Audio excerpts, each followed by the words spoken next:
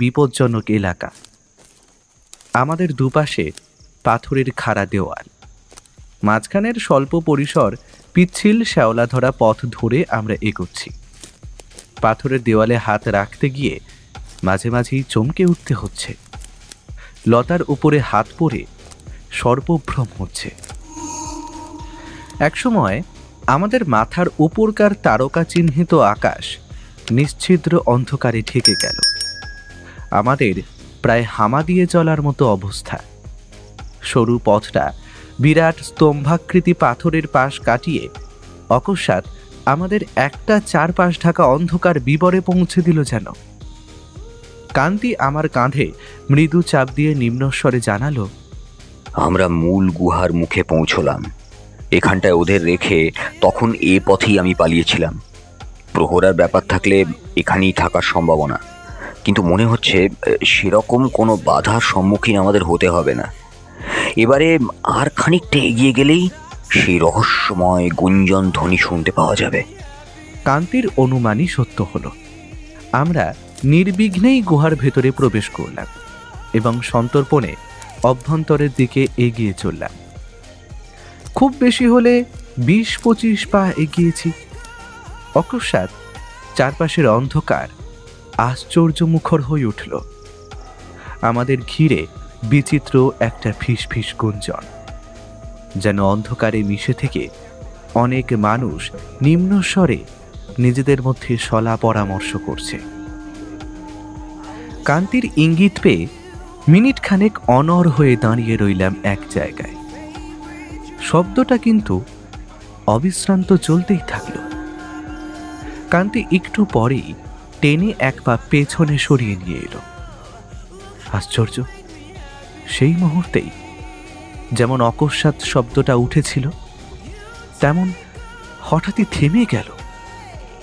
Switch টিপে machine বন্ধ করে দিলে যেমন হয়।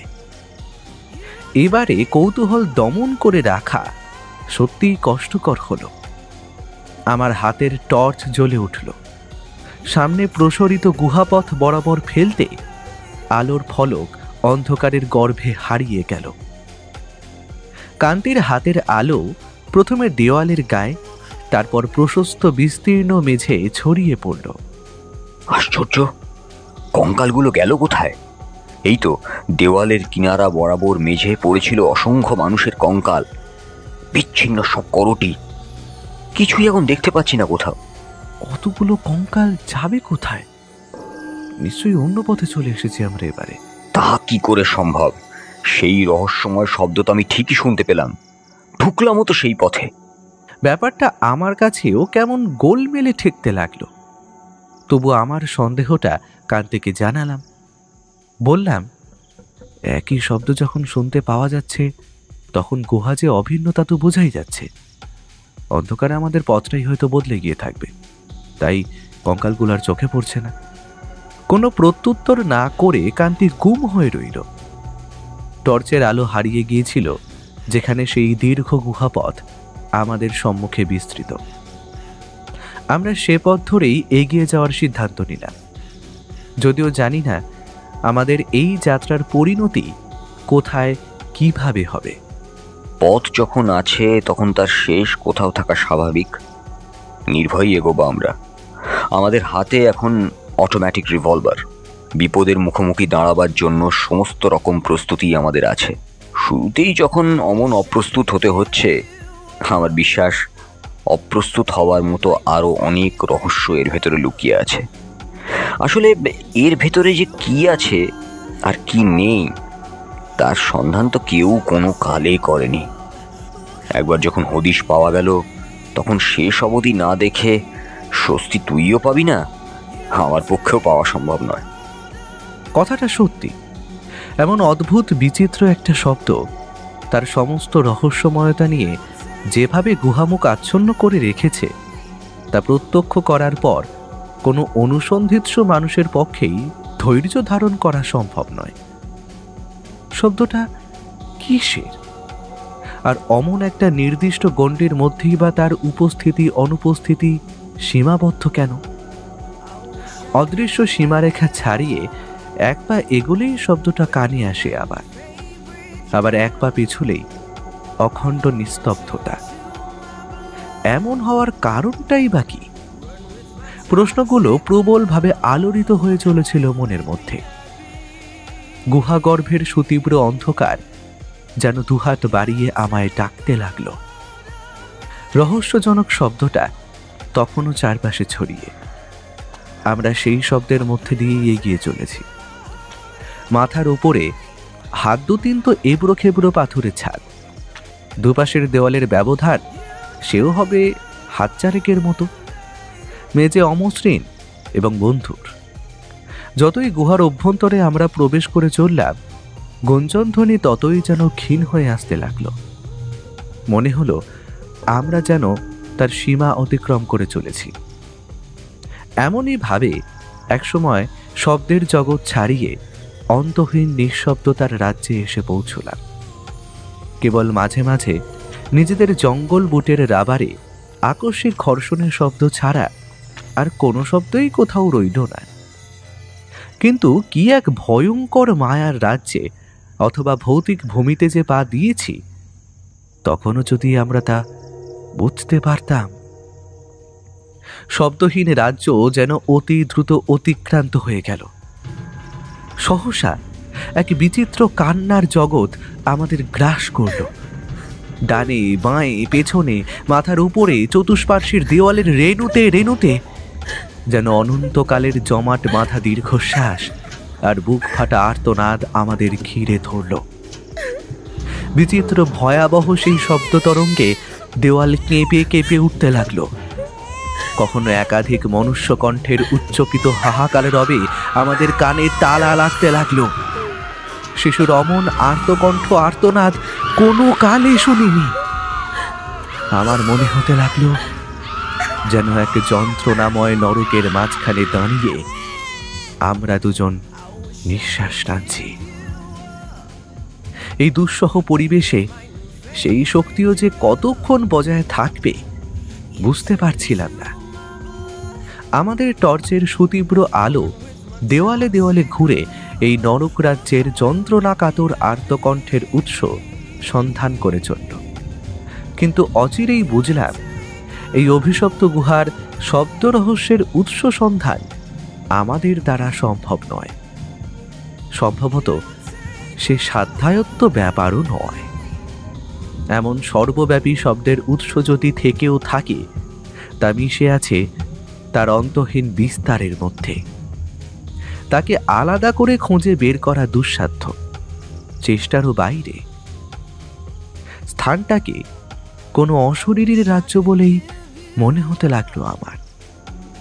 বন্ধুপর কান্তির অনুমান যদি সত্য হয়, আর এ গুহা যদি প্রকৃতই অতীতের তান্ত্রিক বা শক্তি সাধকদের গোপন সাধনার স্থান হয়ে থাকে, তাহলে নরবলির উপাচারে তাদের দুর্লভ সিদ্ধির কঠোর সাধনাই নিশ্চয়ই এই গুহাকে অভিশপ্ত করে রেখেছে।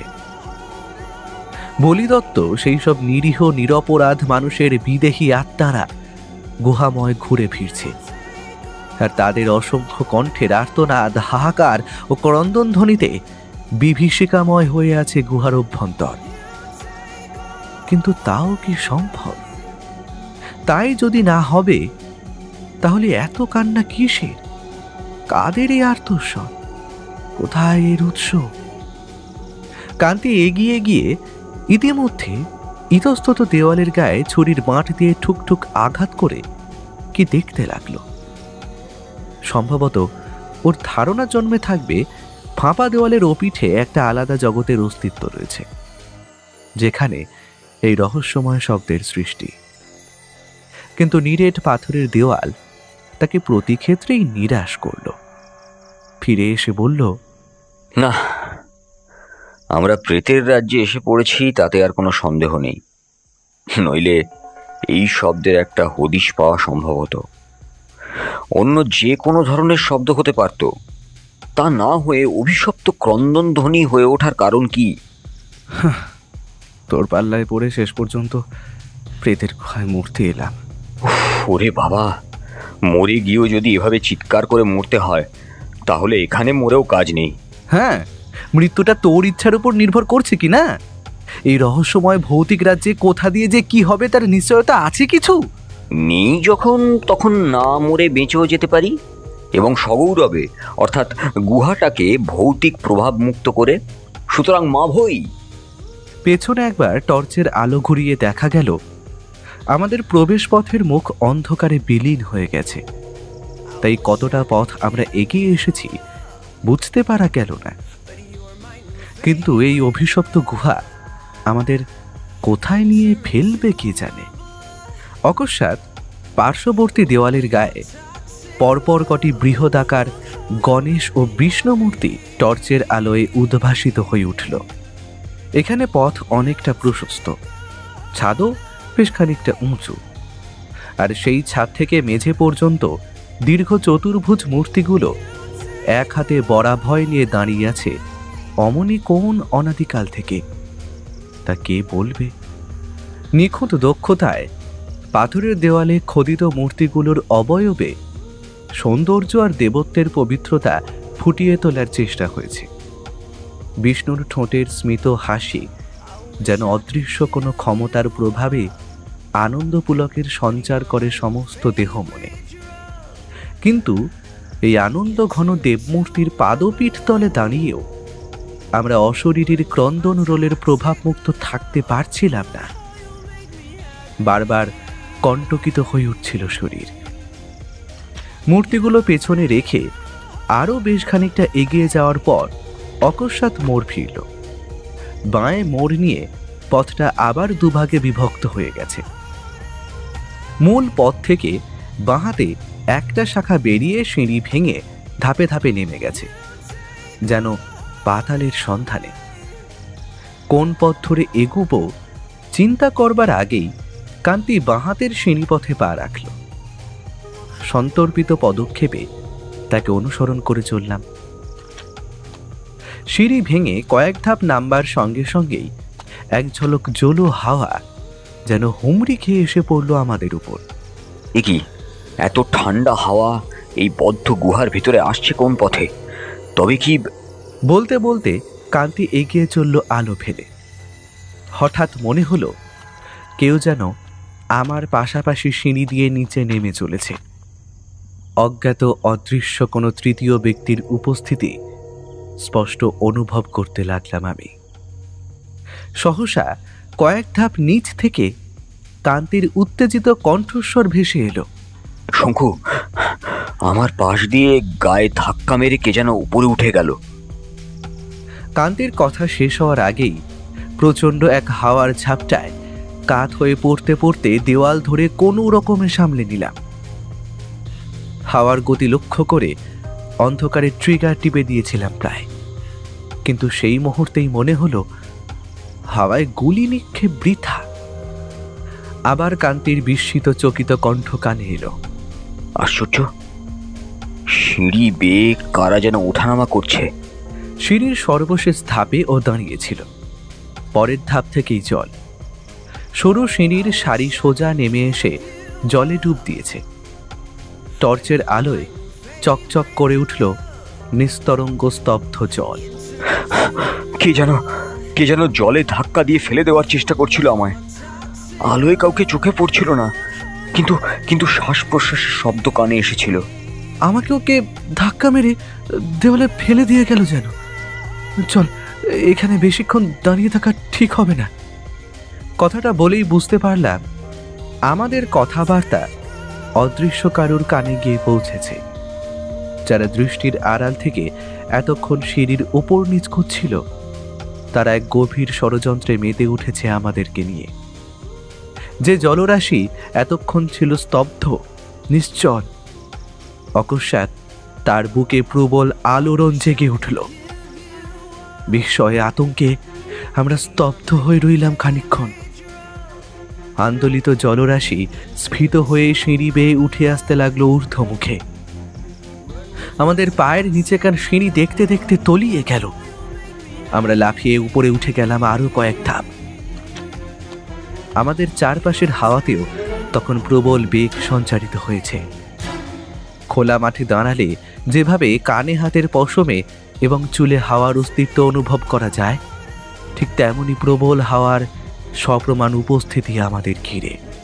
বাইরের বৃহত্তর কোনো জলরাশির সঙ্গে গুহায় আবদ্ধ জলের কোনো সংযোগ আছে কি না জানি না। যদি থেকেও থাকে তাহলে ওর স্তব্ধ নিশ্চল জল এমন আকস্মিকভাবে স্ফীত হয়ে উঠবার কথা নয়। তাছাড়া হাওয়ার এই আকস্মিক আলোড়নও তো স্বাভাবিক নয়। গুহায় প্রবেশের পর থেকেই রহস্যময় গুঞ্জনধ্বনি, সেই চিৎকার, কান্নার শব্দ, সিনিতে অদৃশ্য কারোর উপস্থিতি, তারপর জল আর হাওয়ার এই আশ্চর্য দুর্বোধ্য আচরণ, সবকিছুতেই দুরন্ত অস্বাভাবিকতা সত্ত্বেও আমাদের কাছে হঠাৎ কেমন যেন স্বাভাবিক বলে মনে হতে লাগলো সব। অসম্ভব আর অস্বাভাবিকের জগতে ক্রমেই যেন আমাদের যুক্তিবুদ্ধির বোধ লোপ পেতে শুরু করল। অজান্তেই আমরা কেমন যেন অভ্যস্ত হয়ে উঠলাম। অলৌকিকত্বের চমক আর আমাদের রইল না। তাই উপরে সিঁড়ির প্রথম ধাপে উঠে গিয়েও যখন দেখলাম জলের ঊর্ধ্বগতি রোধ হচ্ছে, তখন বিস্ময় আর অনুসন্ধিৎসার বদলে দেখা দিল আমাদের প্রাণীর ভয়। জল যদি পুরো গুহায় ছাপিয়ে ফেলে, আমরা যে তাহলে ইঁদুরের মতো প্রাণ হারাবো। মূল যে গুহাপথ আমাদের এই শাখা পথে এনে নামিয়েছিল, ছুটতে ছুটতে আমরা সেই অভিমুখে চলে এলাম।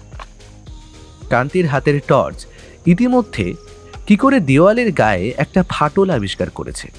কোনো কিছু চিন্তা করার আগেই আমরা সেই ফাটলের মুখ গলে ভেতরে ঢুকে পড়লাম।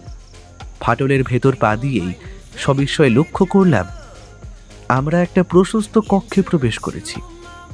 কিন্তু পাহাড়ের গর্ভে গুহার অভ্যন্তরে এই কক্ষ, মেঝে থেকে প্রায় এক মানুষ সমান উঁচু তার ছাদ, আর পাথরের দেওয়াল সুদৃশ্য শিল্পকর্মে সজ্জিত। মসৃণ দেওয়ালের গায়ে খোদিত কোথাও রাজ্যাভিষেকের দৃশ্য, কোথাও হস্তি যুদ্ধের। একটা তো চোখে পড়ল নারায়ণের বরাহ অবতারের দৃশ্য। হোতাযজ্ঞের প্রজ্বলিত অগ্নিতে হোম অর্পণ করে সম্মুখে উপবিষ্ট সমবেত রাজন্যবর্গ। প্রকোষ্ঠের প্রান্তদেশে প্রশস্ত দেওয়াল জুড়ে যে বিশাল করাল কালী মূর্তিটি খোদিত, তার উপর চোখ পড়তেই আমাদের শরীরে রোমাঞ্চ দেখা দিল। কালীর এমন ভয়ঙ্কর রূপ ইতিপূর্বে কোথাও চোখে পড়েনি। পাথরে খোদিত চোখ দুটিতে যেন অনন্তকালের অন্তহীন ক্ষুধা জমাট হয়ে রয়েছে। তাকালেই বুকের ভেতরে গুড়গুড় করে ওঠে। কিন্তু ওই বুভুক্ষ কঙ্কালী মূর্তিরই এক হাতে বড়া ভয়। ঘুরে ঘুরে আমরা দেওয়ালময় ছড়ানো স্থাপত্য নিদর্শন দেখলাম। কতকাল আগের এই শিল্পকীর্তি তা অনুমান করা সম্ভব নয়। আজও সেগুলোর গায়ে দক্ষ শিল্পীর কল্পনা প্রাণবন্ত হয়ে আছে। বাইরের জগতের স্পর্শ বাঁচিয়ে কোন ইতিহাসের অজ্ঞাত রহস্য বুকে আগলে আছে এই গুহা, মহাকালী কেবল তা বলতে পারে। বাঘ খুঁজতে গিয়ে এক বিদেশি শিকারী অজন্তার বাঘ গুহা আবিষ্কার করেছিলেন, যে গুহা প্রাচীন ভারতের এক গৌরবময় উজ্জ্বল অধ্যায়কে সুদীর্ঘকাল ধরে আপন গর্বে ধারণ করেছিল। চিন্তা করতে ভালোই লাগছিল। আমরাও বিশালাকায় শঙ্খ ঘণ্টা খুঁজতে এসে আবিষ্কার করলাম এক বিস্ময়কর মন্দির গুহা, যার দেওয়ালে দেওয়ালে অপূর্ব সব মূর্তি খোদিত, আর যার বদ্ধ হাওয়ায় অশরীরীর ক্রন্দন অনুরণিত। সভ্য জগতের কাছে এ গুহার সন্ধানও কম বিস্ময়কর নয়। কিন্তু এখনো বুঝতে পারছি না এ গুহার রহস্য বার্তা কোনোদিন সূর্যের আলোর জগতে নিয়ে পৌঁছতে পারবে কিনা। কিন্তু এর চাইতেও বড় বিষয় যে এখনো আমাদের প্রতীক্ষায় আছে। এসব যে তারই সূচনা, তা তখনও পর্যন্ত ছিল আমাদের অনুমানের বাইরে। দেওয়ালে বসানো বিশাল এক গণেশের মূর্তির পাশে দাঁড়িয়ে অনেকক্ষণ থেকে কান্তে খুঁটিয়ে কি যেন লক্ষ্য করছিল। আমি গিয়ে তার পাশে দাঁড়ালাম। আসাম তথা এই কামরূপ অঞ্চল মহাশক্তির পীঠস্থান। এখানকার কামাখ্যা পাহাড় তান্ত্রিকদের সাধন ক্ষেত্র। কিন্তু কালী মূর্তির চাইতে জানি না কি কারণে সমস্ত কামরূপ জুড়ে শিব ঠাকুরের জ্যেষ্ঠ কুমার গণেশের প্রাধান্য। পাহাড়ের গায়ে যত্রতত্র তো বটেই, দেবস্থানগুলোতে চতুর্ভুজ গণেশ তার হস্তিমুণ্ড নিয়ে স্বমহিমায় বিরাজিত। এই সূর্যালোক বর্জিত মনুষ্য পদচিহ্ন বঞ্চিত পাহাড়ের উত্তর দেশে গোপন গুহার অভ্যন্তরেও যে গণদেবতা যথাবিধি হাজিরা দিচ্ছেন তা কে জানত। হঠাৎ কান্তি তার রিভলভারের বাঁট দিয়ে গণেশের বিশাল উদরের নিচে নাভির উপরে মৃদু আঘাত এনে বসল। সর্বনাশ! গোড়া থেকে যা সব কাণ্ড দেখে আসছি একে একে, এই মুহূর্তে যে রক্তচক্ষু গণেশ ঠাকুর এই পাথরের দেওয়াল থেকে নেমে তার প্রকাণ্ড শুণ্ড দুলিয়ে তেড়িয়ে আসবেন না, তার কোনো নিশ্চয়তা নেই। এই গুহার ভেতরে কিছুই যে অসম্ভব নয়। মন যেন এটা মেনে নিতে আরম্ভ করেছে, কিন্তু গণেশ ঠাকুরের নয়। অল্পক্ষণের মধ্যেই আমাদেরই খেপে উঠবার মতো অবস্থা দেখা দিল। পাথরের গায়ে নিরেট লোহার আঘাতে যেরূপ যান্ত্রিক শব্দ উঠবার কথা, তা না হয়ে যথার্থই একটা ফাঁপা উদরের শব্দ ঘরময় ছড়িয়ে পড়ে আমাদের সচকিত করে তুলল। কৌতূহল আর বিস্ময় তখন আমাকেও আক্রমণ করে বসেছে। আমি দেওয়ালের গায়ের সেই যজ্ঞস্থলে আক্রমণ চালালাম। 2-4 বারের বেশি আঘাত বোধহয় করিনি। সহসা দেওয়ালের ফাঁপা একটা অংশ হঠাৎ কাত হয়ে গিয়ে যজ্ঞস্থলীর দৃশ্য বিকৃত করে দিল। আর আমার বিস্মিত হওয়ার অপেক্ষাটুকুও না রেখে সেই ফাঁক দিয়ে দেওয়ালের ভেতর থেকে ঠিক বৃষ্টিধারার মতো ঝনঝন শব্দে কি যেন মেঝে গড়িয়ে পড়তে লাগলো। ঠিক এই সময় কান্তিও গণেশের উদর বিদীর্ণ করে আমারই মতো অপ্রস্তুত অবস্থার সম্মুখীন হয়ে পড়েছে। আলো ফেলে দেখলাম একরাশ স্বর্ণ মুদ্রা মেঝে গড়াগড়ি যাচ্ছে। এমন অভাবনীয় দৃশ্যের জন্য আমরা মোটেই প্রস্তুত ছিলাম না। কান্তি উল্লাসে চিৎকার করে উঠে মুঠো ভর্তি একরাশ মুদ্রা চোখের সামনে তুলে ধরল। এত স্বর্ণ আমরা রাখবো কোথায়? কি করব এতগুলো দিয়ে? কিন্তু কিছুই করবার দরকার হলো না। সহসা এক প্রচণ্ড বজ্রপাতের শব্দে সমস্ত ঘরটা থরথর করে কেঁপে উঠল। মুদ্রাগুলো ছুঁড়ে ফেলে দিয়ে সভয়ে আমরা দেওয়ালে পিঠ ঠেকিয়ে দাঁড়িয়ে পড়লাম। আবার সেই গুরুগম্ভীর মেঘ গর্জন, যেন বাইরে কেউ একসঙ্গে অনেকগুলো কামান দাগল। মনে হলো হঠাৎ অন্ধকারে কেউ যেন ঘরের ভেতর চলে ফিরে বেড়াচ্ছে। মুদ্রাগুলোর মৃদু শব্দও কানে আসতে লাগলো। টর্চ জ্বালতেই যে দৃশ্য প্রত্যক্ষ করলাম তা না দেখাই বোধহয় ভালো ছিল।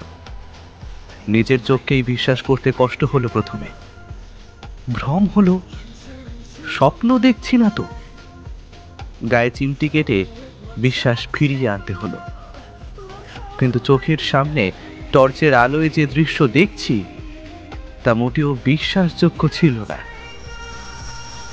দেখলাম একটি করে মুদ্রা মেঝের ওপর থেকে লাফিয়ে হাতখানেক ওপরে শূন্যে জমা হচ্ছে। বেশ কিছু একত্রিত হওয়ার পর সেগুলো শূন্যে ভাসমান অবস্থাতেই আপনা থেকে গণেশের উদরে প্রবেশ করছে। বারবার একই ঘটনার পুনরাবৃত্তি হয়ে চলল। তাকিয়ে থেকে মনে হলো অদৃশ্যে থেকে কেউ যেন মুদ্রাগুলো কুড়িয়ে হাতে তুলেছে, তারপর মুঠো ভর্তি করে সেগুলো যথাস্থানে রক্ষা করছে। কান্তি রিভলভার তুলে গুলি করতে যাচ্ছিল সেই শূন্যে সচল মুদ্রাগুলোকে লক্ষ্য করে। আমি হাত বাড়িয়ে তাকে নিরস্ত করলাম। স্পষ্ট বুঝতে পারছিলাম ভাগ্য আমাদের যে জগতে এনে ফেলেছে, বস্তু জগতের চিন্তায় নির্ভর করে কিছু করতে গিয়ে এখানে অনর্থ ঘটবারই সম্ভাবনা বেশি। কোথা দিয়ে কি ঘটে যাবে কোনো কিছুরই কার্যকারণ খুঁজে পাওয়া যাবে না। বাঁচবার শেষ সুযোগটুকুও হয়তো আমরা হারাবো। আমার তখন একমাত্র চিন্তা কি করে এই ভৌতিক গুহা থেকে নিষ্ক্রান্ত হওয়া যায়। ঐতিহাসিক নিদর্শন মাথায় থাক, প্রাণে বাঁচলে বাপের নাম। দেখতে দেখতে চোখের সামনে গণেশের পায়ের নিচে গড়িয়ে পড়া মুদ্রাগুলো পরিষ্কার হয়ে গেল। তারপর যে পাথরের পলেস্তারাটা সরে গিয়ে এই বিপর্যয় ঘটেছিল, সেটিও শূন্যে দুলতে দুলতে গিয়ে যথাস্থানে সন্নিবিষ্ট হয়ে উদরের ছিদ্র বন্ধ করে দিল। সমস্ত শরীর বেয়ে আমার দর দর করে ঘাম ঝরতে লাগলো। নিজের অজান্তেই গলা চিরে অকস্মাৎ বেরিয়ে এলো, কে কে তুমি ওখানে? কথা বলো, কথা বলো, নইলে নইলে এক্ষুনি গুলি করব। কিন্তু আমার কণ্ঠস্বর ব্যর্থ হাহাকারের মতো প্রতিধ্বনি তুলে কেবল দেওয়ালে দেওয়ালে মাথা কুটল কতক্ষণ। কোনো দিক থেকেই আমার প্রশ্নের কোনো উত্তর এলো না। কিন্তু সেই মুহূর্তেই এক আগন্তুকের আবির্ভাব ঘটল। তাকে চোখে পড়ার সঙ্গে সঙ্গে অশরীরীর রাজ্যে নতুন এক অনুভূতি জাগল মনে। অন্ধকারের মতো কুচকুচে কালো একটা দীর্ঘ সাপ সহসা ফনা তুলে দুলতে দুলতে সেই ফাটল পথে ঘরে প্রবেশ করল। তার ফোঁস ফোঁস নিঃশ্বাস ফেলার শব্দের সঙ্গে তাল রেখে আমাদের হৃৎপিণ্ড যেন ওঠানামা করতে লাগলো। এবারে অশরীরীর আতঙ্ক নয়, মুহূর্ত বিলম্ব না করে আমার হাতের রিভলভার গর্জন করে উঠল, পরপর দুবার। কিন্তু ধোঁয়ার স্তর হালকা হয়ে আসতে যে দৃশ্য নজরে পড়ল, অতি বড় সাহসীরও তাতে হৃৎপিণ্ড বিকল হয়ে যাওয়ার কথা। এক মানুষ সমান দীর্ঘ সেই কালান্তক যমদূত একটা লম্বা লাঠির মতো লেজের প্রান্তে ভর করে দাঁড়িয়ে শূন্যে মাথা আন্দোলিত করছে। আমার গুলি লক্ষ্যভ্রষ্ট। গজ দুই ব্যবধানে তার আন্দোলিত ফনা আমাদের মাথা লক্ষ্য করে উদ্যত। এত কাছ থেকে গুলি লক্ষ্যভ্রষ্ট হওয়া যেমনই অবিশ্বাস্য তেমনি অস্বাভাবিক। মৃত্যু সম্পর্কে আর নিঃসংশয় থাকার উপায় রইল না। আবার রিভলভার তুলে সাপের মাথা লক্ষ্য করলাম, কিন্তু গুলি আর ছোঁড়া হলো না। সহসা আবার সেই বজ্র গর্জন উঠল। সঙ্গে সঙ্গে যেন প্রবল দোলায় ওলট পালট হয়ে গেল ঘরটা, আর আমরা উৎক্ষিপ্ত প্রস্তরখণ্ডের মতো মুহূর্তে সেই সংকীর্ণ ফাটল পথে বাইরে নিক্ষিপ্ত হলাম। পাথরের দেওয়ালে ঠুকে গিয়ে মাথায় প্রচণ্ড আঘাত লাগলো আমার। আলোর হলদে সবুজ অজস্র বিন্দু অনেকক্ষণ চোখের সামনে ভেসে বেড়ালো, কিন্তু জ্ঞান হারালাম না। টর্চ আর রিভলভারটা হাতেই ধরা ছিল, কিন্তু উঠে বসে টর্চ জ্বালার এমন শক্তিটুকুও শরীরে অবশিষ্ট ছিল না। কেউ যেন সমস্ত শক্তি দেহ থেকে নিঃশেষে শুষে নিয়েছে। গলা শুকিয়ে কাঠ হয়ে গিয়েছিল। বেশ কিছুক্ষণ একটানা চেষ্টার পর অতি কষ্টে গলা দিয়ে একটা বিচিত্র ক্ষীণ শব্দ বেরিয়ে এলো। সে বিশেষ শব্দ যে কিছুতেই কান্তির নাম নয় তা নিজের কানেই ধরা পড়ল। ভয়ে বিহবলতায় আড়ষ্ট শুষ্ক জিহবা বিকৃত স্বর উচ্চারণ করবে, তাতে বিচিত্র কি? তেমনি নিষ্ক্রিয় অবস্থায় হয়তো আরো কিছুক্ষণ পড়ে থাকতে হতো, কিন্তু হঠাৎ মনে পড়ল অন্ধকারে সেই ভয়ঙ্কর কুটিল সরীসৃপও আমাদের সঙ্গে গুহার বাইরে নিক্ষিপ্ত হয়নি তো। প্রাণের তাড়নায় সঙ্গে সঙ্গে যেন দেহে সারা জেগে উঠল। অনেক কষ্টে উঠে বসলাম। টর্চের আলো মেঝে ফেলতেই চোখে পড়ল খানিক দূরে মাথা গুঁজে এলিয়ে পড়ে আছে কান্তির নিঃসার দেহ।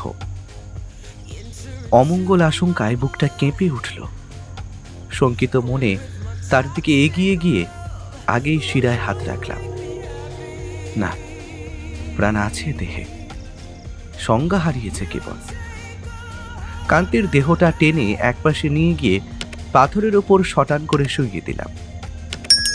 ভগবানকে অশেষ ধন্যবাদ যে উভয়কেই অনিবার্য রক্তপাত থেকে তিনি রক্ষা করেছেন। দুর্ঘটনার পূর্ব মুহূর্তের কথা মনে হতেই আবার